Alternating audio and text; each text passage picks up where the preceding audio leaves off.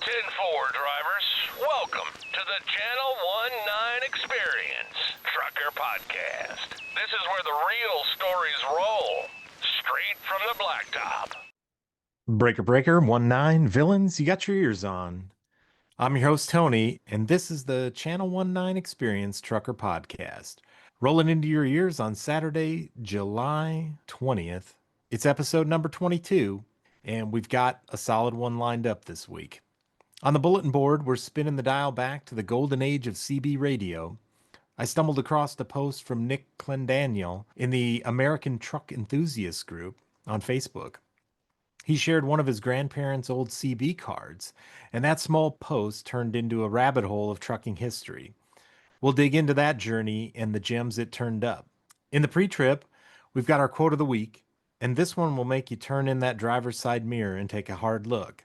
And yep, this week I'm delivering, as promised, the book review of Lot Lizards by Fred Greene. Buckle up. That one took a couple wild turns. In the money line, we're throwing a spotlight on assumptions. How a radio prank, a decades-old trucking book, and a Facebook dust-up made we eat a little crow and take a hard look at how the term owner-operator has shifted in a country that's squeezing out the little guy. No interview this week, but don't worry, they're stacked up and ready to roll. I've made some incredible connections this past week, folks working on amazing projects in and around the trucking world. I can't wait to help share their stories with you. Meanwhile, I'm still loading up the new website with past interviews. Just got the Ryan Carew and the latest Danger Dave episode posted last night. So if you missed those, head over and check them out on the new website, channel19experience.com. Don't forget to hang around for the post trip. Let's get this rig rolling. If you're not driving, it's a great time to like, follow, subscribe, and share the podcast with your friends. Paper breaker 19, can I get a radio check? Pretty quiet out here on Channel 19. Well, there's a plain white rapper taking pictures at the state line. Hit the jake brake quick, we ain't paying no fines. The driver swing into the interstate, body shop south at exit 5. Building trucking ain't the same as it was. We're the last of our kind.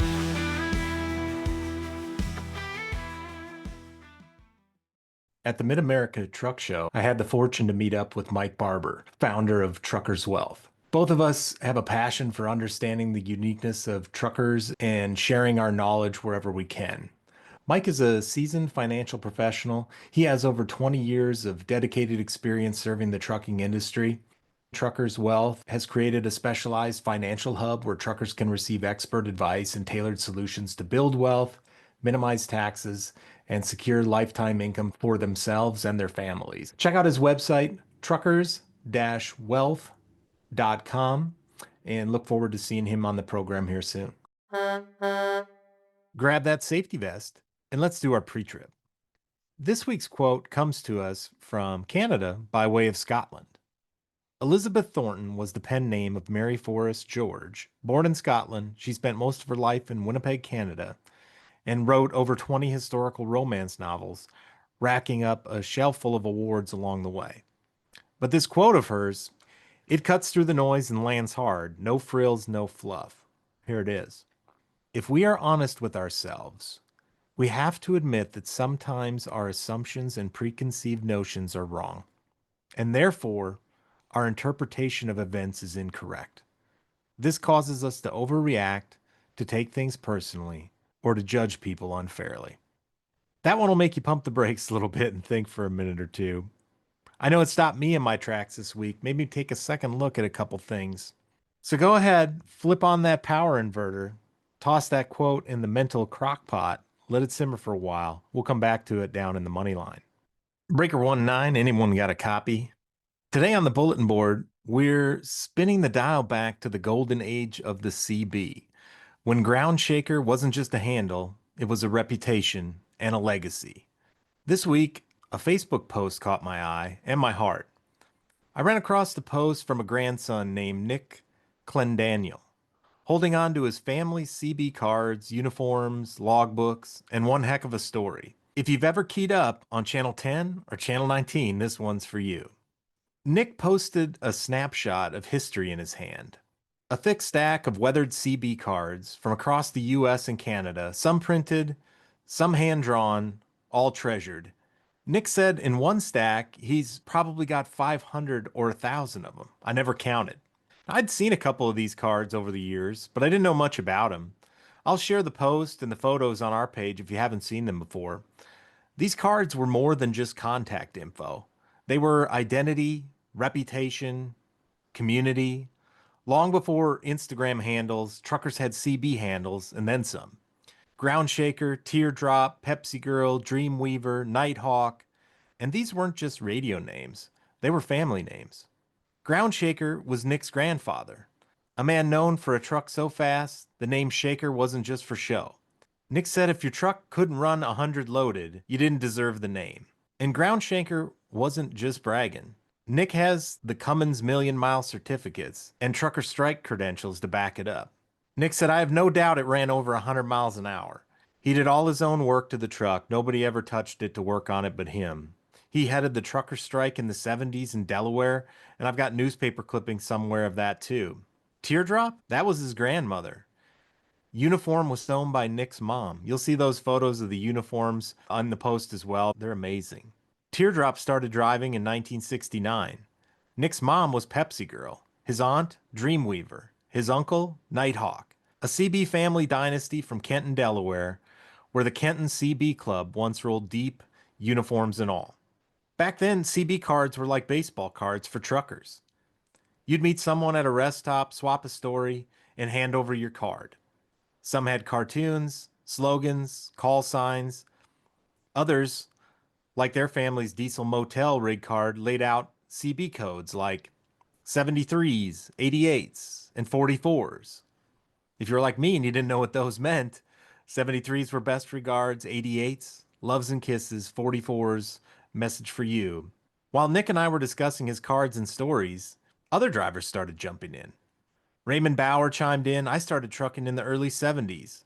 The trucker channel was 10, but after years of people getting on it, they decided to go to 19, but everybody else went to 19 too. When they raised the speed limit from 55 to 70, speed was no longer such a concern, so it got a lot quieter. And Raymond said he finished his last 30 years driving for a company that governed their trucks at 65.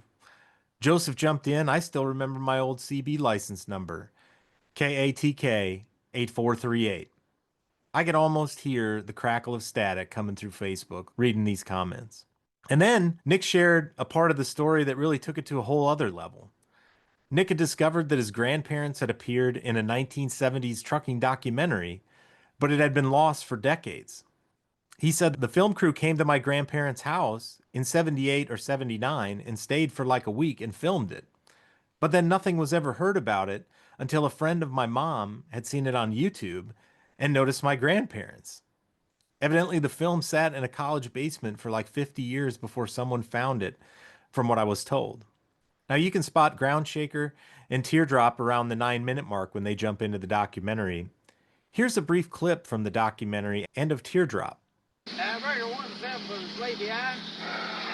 Hey, you got sleepy eyes, ain't no mag. Hey, Sleepy Eye, you got the one Arkansas motor mouth back here in 18-wheeler we got a load of bulls on. What's a good place down here to eat some groceries? Get back. Hey, if you make the one down there, hey, if you go down that old Trumbull route, down in that old Texaco Trumbull style, be a good place, sir, get back. Yeah, you've already Roger Day on the Texas Cold, truck them up on Stopville. What route would that be on there, get back? Hey, Mercedes, be it bypass, Trumbull got the Convene Road now, boy, ain't I drive around this world, how about it? Hey, now, boy, hey, you got the black smoker going. We had you back door for sure, Tom Figure. We thought that'd be you up on that bull holler. Thanks for the comeback in the M4 on that Greasy Spoon Cafe there's M4. Yeah, it'd be a negatory on the Greasy Spoon. It'd be a fine place to eat. Hey, now, for on that. Okay, we thought we'd shoot that at you just to make sure we got the right place there, for Roger. Okay. Well, get on down there and have you a good meal there, rascal. We'll catch you on the flip-flop, Sleepy Eyes. We gonna make it listening in. Now, you want it, Roger? Okay, Tom Figure, we got to truck them up, stop and side for short. Catch you later and have a safe 7:30 wake. Get you all the good numbers. Kiss your good lady for me when you get home. One Arkansas Motor Mountain, we out westbound, 10-7, open truck 'em up stop. We clear? My first trip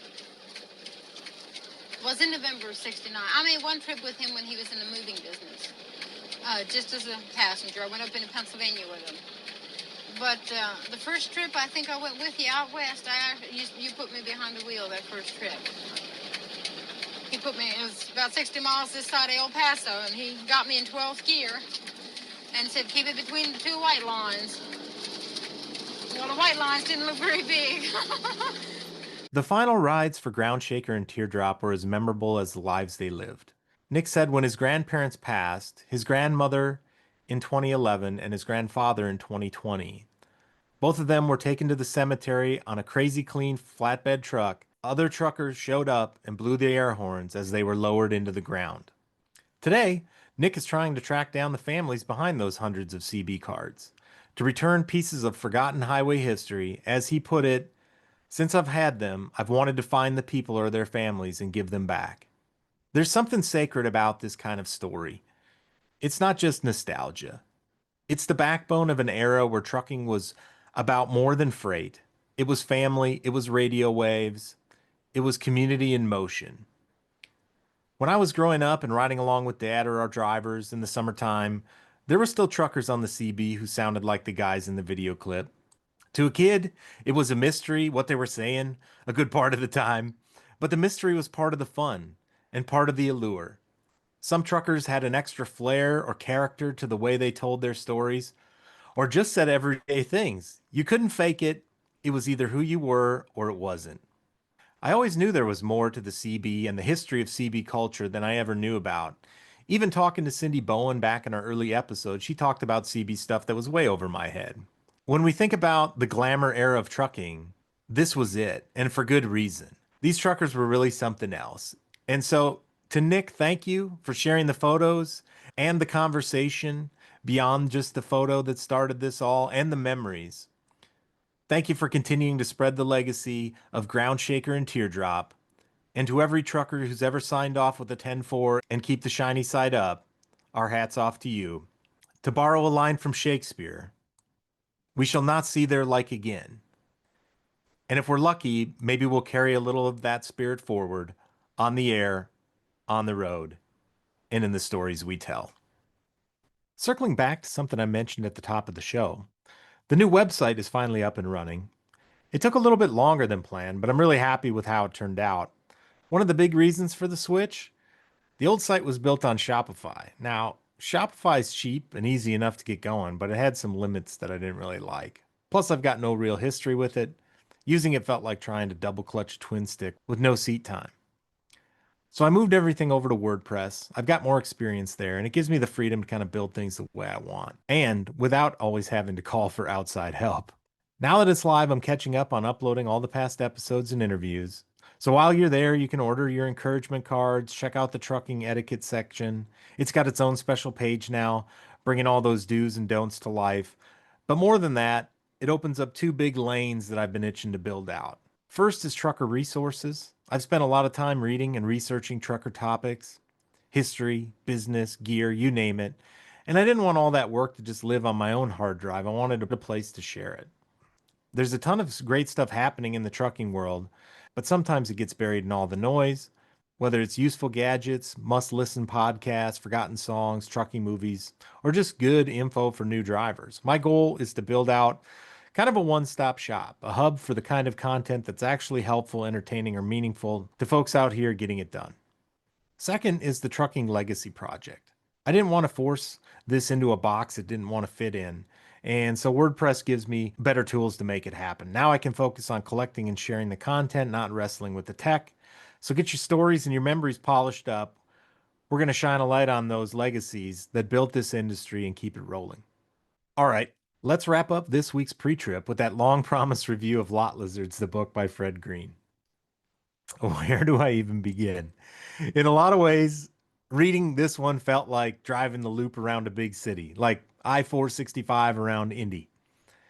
You're not always sure where you're at or where you're headed, but you're pretty sure you've passed that same exit a few times already. With the title like Lot Lizards, I figured I wasn't getting a Sunday school lesson. And sure enough, some of it was exactly what you'd expect. But let's back it up and start from the top. The main character, Buck, he kicks things off in the military, and those early chapters, they're solid. Buck's background as a truck driver and boxer in the service, it's well written, believable. You get a feel for the discipline, the grit, and the reasons he eventually trades in his military truck for a civilian rig back on U.S. highways. He starts out in trucking with a big fleet, training under an owner-operator. Those early trucking scenes felt spot on. The awkward first steps, the learning curve, the truck stop culture shock. It had me nodding along.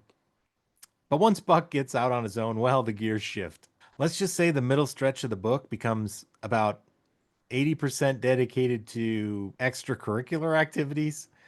Buck's not exactly living the life of a monk out here.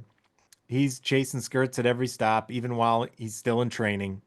His downtime becomes a revolving door of friends of the road, as Ray from the Trailer Park Boys might call them. At one point, he takes a detour down to a border town and visits a boys' town. Not the same one I wandered into back in Reynosa, but let's just say it's pretty much the same concept. Apparently, there's a whole franchise of these things around the southern border. Buck, unlike me, was a little less innocent minded. We'll leave it at that. That middle section of the book reads more like a loop of penthouse letters than a trucking novel, but buried in those steamy side plots, a darker story starts to emerge. A serial killer preying on truck stop prostitutes. And it's here that the author starts pulling those loose threads together into something with a bit more weight. Is it graphic? Yes. Is it over the top? Yes, absolutely. Did it sometimes feel like a waste of a great setup from the first few chapters? Yeah, it did. But in the end, Greene does manage to redeem it, tying the storylines together in a way that brings some closure and a few surprises. Bottom line, it's not for the faint of heart. It's definitely not PG, but it delivers on the title for better or worse. Next up, we're lightening the load a bit. I'm diving into two very different books. Gypsy on 18 Wheels, A Trucker's Tale by Robert Kruger, a hard-to-find gem from the 1970s, full of old-school stories and classic trucking grit. And the other one is The Driver Shortage, How Political Elites, Mega Carriers, and Global Interests Sold Out American Truckers by Will Cook. A much more serious look at the politics and power plays behind today's trucking industry. I'm working on bringing Will onto the show for an interview. He's also got a new book coming out called The Machine Behind the Wheel, How the ATA Abandoned American Drivers. I'll be posting links to both of his books on the website and socials. As for Gypsy on 18 Wheels, if you're lucky enough to find a copy, snag it. They're getting hard to come by. And speaking of books, I'm building out a little trucking library section on the website under Trucker Resources. That's where I'll be posting reviews, reading lists, and links to hard-to-find titles. Also, if you've got any old school trucking books of your own you're looking to pass along or sell, hit me up through the contact form on the website. I'm always looking to keep great trucking stories alive and circulating within the community. The pre-trip is complete for this week. No defects detected, but that's just my opinion. If you find defects, let us know. Get that seat adjusted. Let's push the buttons in. We've got work to do. Trans Carolina Permits is based out of North Carolina. They've been in business since 1977, and they've got a team with a ton of experience in all of our favorite part of trucking, which of course is the government. They provide a portfolio of services for the trucking industry, not to mention they have a compliance program. They'll help you with clearinghouse setup and queries, IFTA, and mileage reporting, so your state-by-state mileage, your fuel purchase tracking, and get that wrapped up into a nice little bundle for quarterly filings. They're a one-stop shop for your trucking needs. You can find them on Facebook and LinkedIn, or check out their website, transcarolinapermits.com, or give them a call at 1-800-899-4870. It's by truckers for truckers. This is the Channel 19 Experience. Let's hit the road. Welcome back. Let's put that turn signal on, hop out in the hammer lane, and knock out the money line this week. This week, we're starting with a laugh, but where we end up might just mess with your head a little bit. In the pre-trip, I dropped a quote that's been sticking with me all week. But before we get too heavy, I want to play you this short clip I ran across. It's funny, real funny, But buried in the punchline is a truth that cuts kind of deep. This clip's from one of those morning radio shows, Brooke and Jubal, dating back to 2018. I'll post the link to the full clip in the episode and on Facebook, but I shortened it up here for y'all. Moving 92.5. Brooke and Jubal's second date update. People often say that romance is dead. Well, not today. Oh, good. Not when you hear today's second date update. Rachel is on the phone, and today she wants to call a guy named Josh, and they actually met in the most romantic way I've ever heard of anybody meeting each other. You better not be being sarcastic because I do not want to be disappointed today, Jubal Flag. Not one bit. Okay. Normally I joke about this kind of stuff, but this story actually really tugged at my heartstrings. Wait, you and have I thought those? it was a beautiful way to make a first connection. Rachel, how are you? Hi, I'm good. How are y'all? Not too bad. I can't wait to hear your I'm really story. excited for you to share your story with everybody. Tell us how you met the guy that you want to call today. So I met Josh. Actually, wait, hold on, Rachel. Let me give you some music to set the mood first.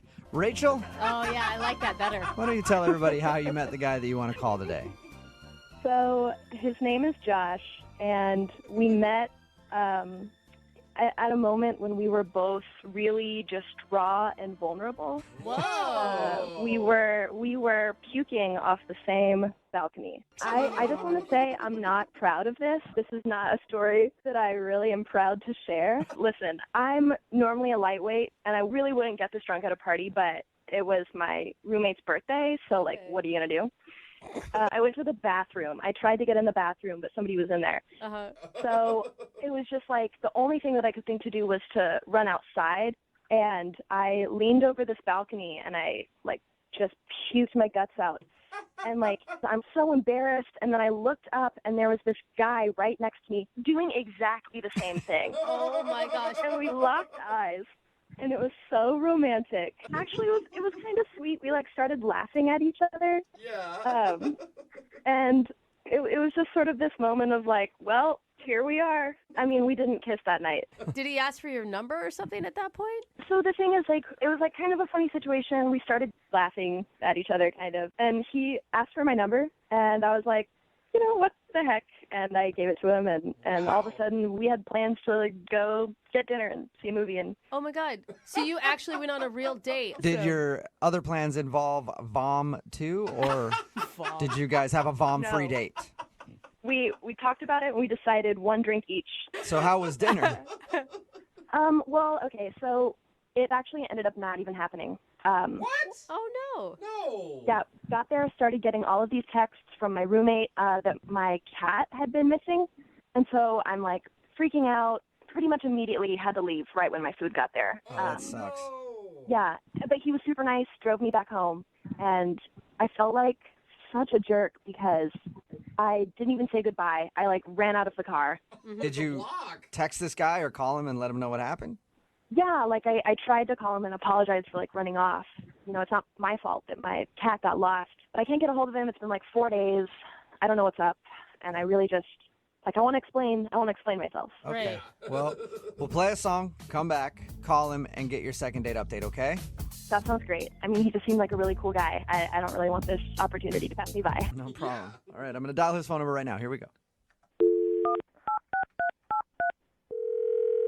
Hello? Oh, my gosh. Hi, I was looking for Josh. Yeah, I'm Josh. Hey, Josh, how you doing? I'm fine. Who's this? This is Jubal from Brooke and Jubal in the Morning. It's a radio show. All right, okay. Can I help you with something? Did we wake you up? Yes, you can help me with something. We actually got an email about you from one of our listeners. An email? Yeah, because you actually went out on a date with them, and now you're not calling her back. I'm not. Who am I not calling back? Her name is Rachel, and she said that you guys met at a house party and then went out to dinner, but the dinner had to be cut short because of a missing cat. Oh, the cat. It's that hard to remember the girl that you were puking off the balcony with? Rachel. Yeah. So you remember Rachel? Yes. Did you like Rachel? Yeah. I liked Rachel. I feel like you don't actually remember Rachel the way that you answered that. Sure, I like Rachel. Oh, that girl. No. I liked her. I did. Okay, so why not call her back? She said it's been 4 days since your date, and you haven't been responding to anything. Oh, no, it's been 6 days. It's been 6 days. Wait, so you've also been counting how many days it's been since you haven't called her back? Well, I kept track of it because that's how long I've been in the hospital. What? What? Oh my God, we... Yeah. Are you currently in the hospital right now?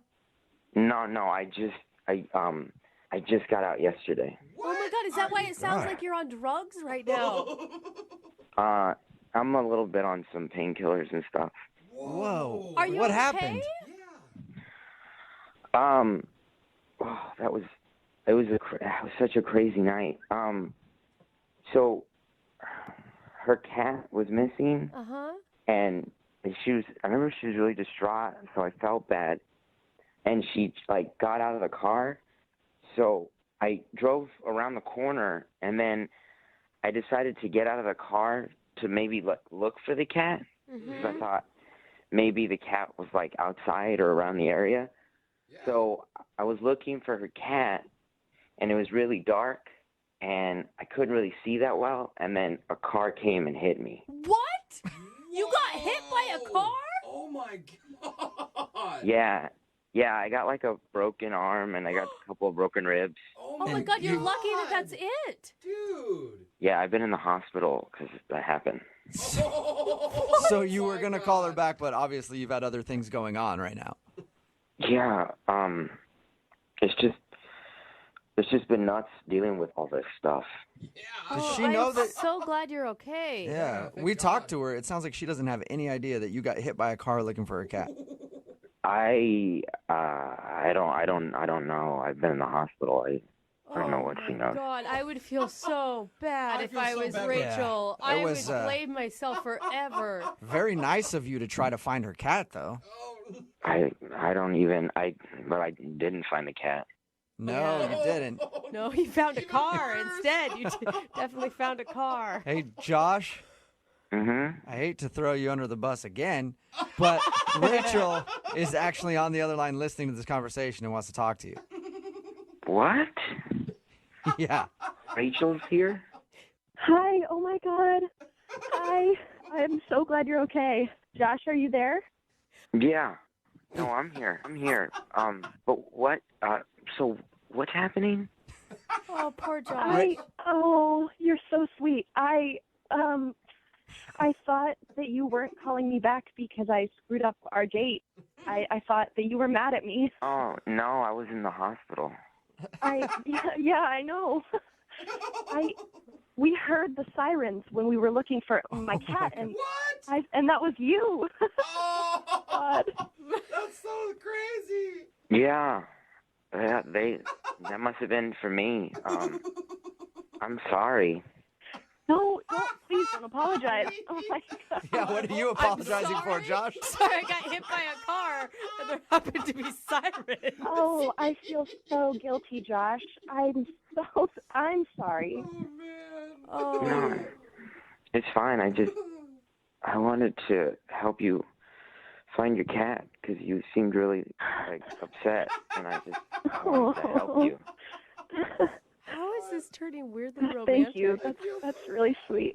So, Rachel. Yeah. Your cat. Did you find it? Yes. Don't worry about him, please. That's good. Where was it? Oh my God, Josh, you're gonna hate this. He was in my closet. Oh my God, don't tell him. I'm so sorry. He was in your closet? Oh, Josh. Yeah, Oh, Josh, you got hit by a car trying to find her cat, and the whole time it was hiding in her closet. Oh my God. Oh my God, Oh you guys. man. I'm sorry That to is laugh. so sad. That's such bad Oh, timing. Josh, but you're trying to do such a nice thing. Oh, man. Maybe on our second date, I can pay just to, like, even the score. Actually, Rachel, here, I'll ask a question for you. Hey, Josh, would you like to go out on another date with Rachel? We will pay for it. So, you're serious? The cat was in the closet the whole time? Yes. Oh my God, I don't blame I know, you. Josh. It would be tough to hear, too, if I were in your shoes. Dude, that's all he's gonna be thinking about. But would you like another date with Rachel? She'd love to see you again. Wow, I'm just like, I'm on a lot of medication, and I don't know when I can go out again. Okay. Oh my gosh, Rachel. I can come and visit you, and I'll bring you dinner because I think it's the least I can do, honestly. All right. Well, congratulations, Josh and Rachel. You guys got another date. All it took was Josh being hit by a car. A couple broken bones. Yeah. Thank you guys so much for getting in touch with him. I completely misread all of it. Yeah, we're all laughing, but you see what I mean? The story's hilarious, but the lesson, it's real. It's about the danger of assumptions. And if you've been in trucking long enough, or really just been alive long enough, you know, assumptions are pretty sneaky. They dress up like common sense, but can steer you straight into the ditch. And that brings me back to the quote I mentioned earlier from Elizabeth Thornton. If we are honest with ourselves, we have to admit that sometimes our assumptions and preconceived notions are wrong, and therefore our interpretation of events is incorrect, just like in the clip I just played. This causes us to overreact, to take things personally, or to judge people unfairly. That one hit me like a last-second four-letter word on a way station sign. Because I've got to tell you, this week, an assumption I made a few weeks back snuck back into my mind. And I realized, crap, I think I was wrong. I started reading a book I mentioned in the Pretrip called Gypsy on 18 Wheels, published all the way back in 1979. Right there in the introduction, that's as far as I got when it got me thinking about what I'm about to tell you. I read this. This book is not about, but rather by, a group of men and a few brave women who represent what the American dream is, or at best was, all about. Now, it seems to be the American dream has gone sour. Remember, this was written in 1979. They continue. In the long run, though, this will be known as the beginning of the end of one of the last freewheeling, I'm my own boss ways of life. These guys who represent the backbone of the silent majority are beginning to pick up on how larger business interests manipulate the economy. They know damn well that someone is making a bundle because they haul the goods, and that someone sure isn't them. All of a sudden, the independent free spirit of the trucker is caught in the catch-22 of the squeeze between government regulations and bureaucracy on one hand, and the sheer burden of the cost of operation on the other. Already, many independent truckers have been forced to park their rigs and seek company jobs or get out of trucking altogether. That stopped me because it echoes something I said back in episode 17 during a Facebook debate I got pulled into. Now, normally I would avoid those things like a West Memphis truck stop. I'll type something up, shake my head, hit delete before I hit send. But that time I got pulled in. Now, I won't rehash every twist and turn of it, but the heart of it was this. It started with a post from Swift Transportation. They were congratulating a driver named Henry for paying off his truck. Pretty simple. I jumped in the comments like I usually do, dropped a congrats, and moved on. But then I made the mistake of scrolling, and you all know how that goes. Mixed in with the usual Swift bashing and noise, some commenters insisted Henry wasn't a real owner-operator because he didn't meet their criteria. Maybe he didn't have his own authority, maybe Swift helped plate the truck, maybe it was a lease purchase, whatever the reason, they just didn't think he qualified. And that rubbed me the wrong way, and I fired back. Because to me, ownership isn't just about paperwork. It's about responsibility, about doing the work, carrying the risk, making the sacrifices. And if you ever paid off a truck, especially in this economy, you know damn well that that's no small feat. And like most internet debates, it spiraled. Suddenly I didn't know what I was talking about. I was a wannabe, an idiot, you know, the usual Facebook finales. But here's the thing. That gypsy on 18 wheels quote got under my skin. But what really stuck with me wasn't the insults. It was that uncomfortable little voice in the back of my mind going, maybe you did assume too much. Maybe I was so busy defending a term I'd always understood one way that I didn't stop to realize that the definition might have shifted on us without anyone asking for permission. Maybe the people I was arguing with had a definition of owner operator that was rooted in a different time when more folks truly owned their business, their rig, their operation, when being independent really meant independent. And that right there, that assumption is exactly what Elizabeth Thornton was talking about. 50 years ago, America was built on small businesses. You had family farms, mom and pop shops on every main street. And yes, truly independent truckers running under their own authority, that was the backbone of the American economy. But now, let's look at the numbers. In 1960, there were around 4 million family farms. Today, less than 2 million remain, and half of those are part-time or losing money. So less than 1 million functioning family farms. Back then, in the 60s, main streets were lined with local owner-operators. Jewelers, pharmacies, hardware stores, appliance shops. But in the 80s and 90s, the mall boom and big box explosion started pushing them out. And by the 2000s, the internet finished the job. And in trucking, we see it too. Big fleets growing, small fleets shrinking, and the middle getting squeezed. And yes, there's still a broad swath of American trucking that is still small companies. Just look at the DOT numbers. But it's changed, hasn't it? Lately, of course, the change has been with other things that we've discussed in previous episodes. Things like non-domiciled CDLs, foreign drivers, foreign companies, foreign influence. But even before that, it had changed. Deregulation opened up the floodgates of the free market, which changed the dynamics of owner-operator, arguably for the good in the short run. But what has taken its place is a new onslaught of government regulations and burden that choke off legitimate small operators. Small businesses got swallowed up by the regulatory weight and corporate centralization going on. Farmers, retailers, and truckers alike watched their independence slip away. We've kept the label owner-operator, but the meaning behind it has shifted dramatically. That shift didn't happen with a bang. It was quiet. So quiet that even folks who've been in this game for decades can't always explain what changed or when. We see that government is in the pockets of the big business and the special interests in this industry and all the other industries as well.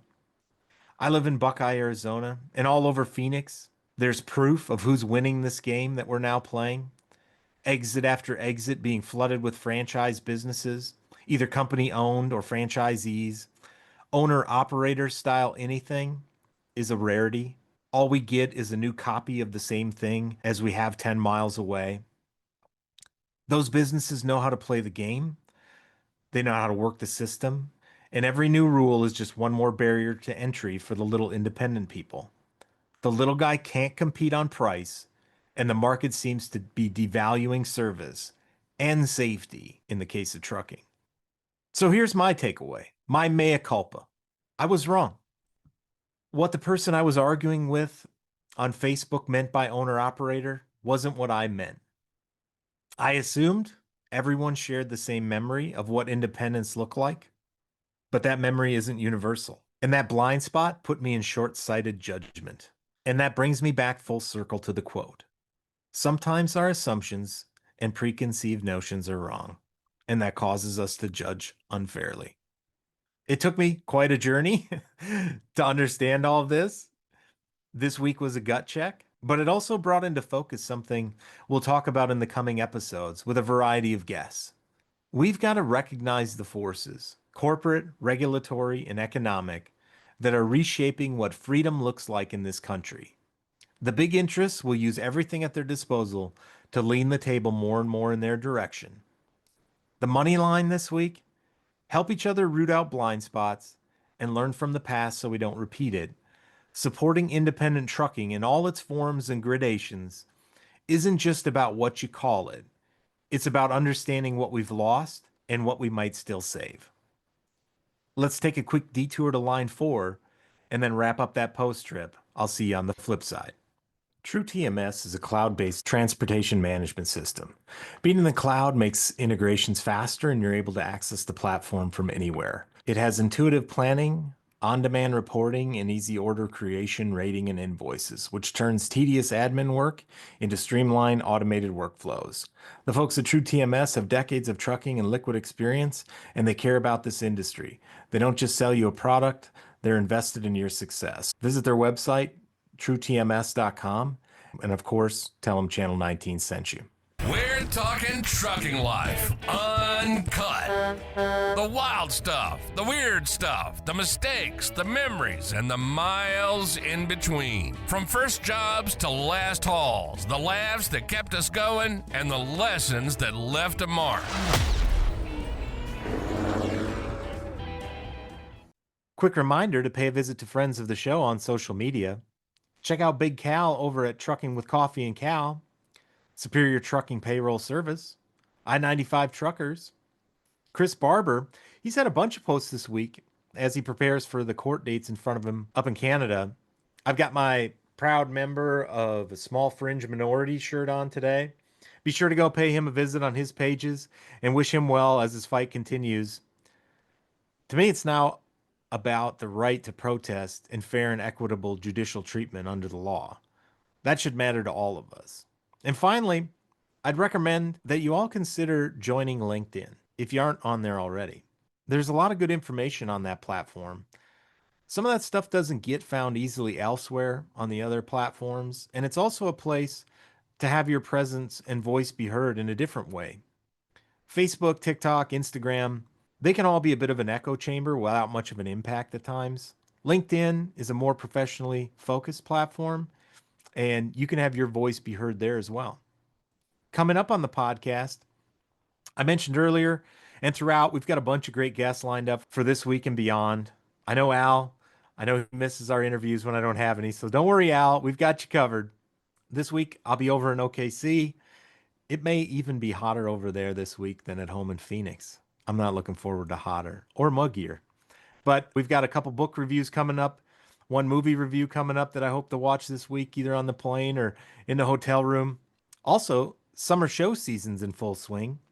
Check out the website, thetruckshowlist.com. Some great shows coming up as we push through the summer here and head into the early fall. Joplin, Missouri, they've got a big truck show coming up there. The Las Vegas Invitational, California Truck Show over in Ontario, CA. And the third annual Louisiana Truck Show coming up in Rayne, Louisiana, October 24th and 25th. That's on the I-10 just west of Lafayette, so a little hop, skip, and a heck of a jump from my exit over here in Arizona, but just east on the 10, a little ways. I'm working on getting Barry Trahan from the Louisiana Truck Show on the show soon. I've always wondered what organizing a truck show is like, so hopefully we get a chance to talk to Barry and find out what the show's all about and what it's like herding all these cats to get a truck show together. And of course, Stars and Stripes and White Lines in Atlanta coming up in November. So check those out and all the other shows, thetruckshowlist.com. Be sure to keep reaching out if you'd like to be on the program. Like, follow, comment, subscribe, leave us a review, email us at inbox@channel19experience.com. There's a contact form on the website as well. Keep sharing with your friends. Thanks for listening. See y'all next week. We've got work to do. This has been the Channel 19 Experience. If it's about trucking, we're talking about it. All uncut. The wild stuff, the weird stuff, the mistakes, the memories. But we talk about the world of trucking today, too. Everything from legislation to lane changes in the industry. We got it covered. Thanks for listening to the show. If you enjoyed it, make sure to like, rate, and review.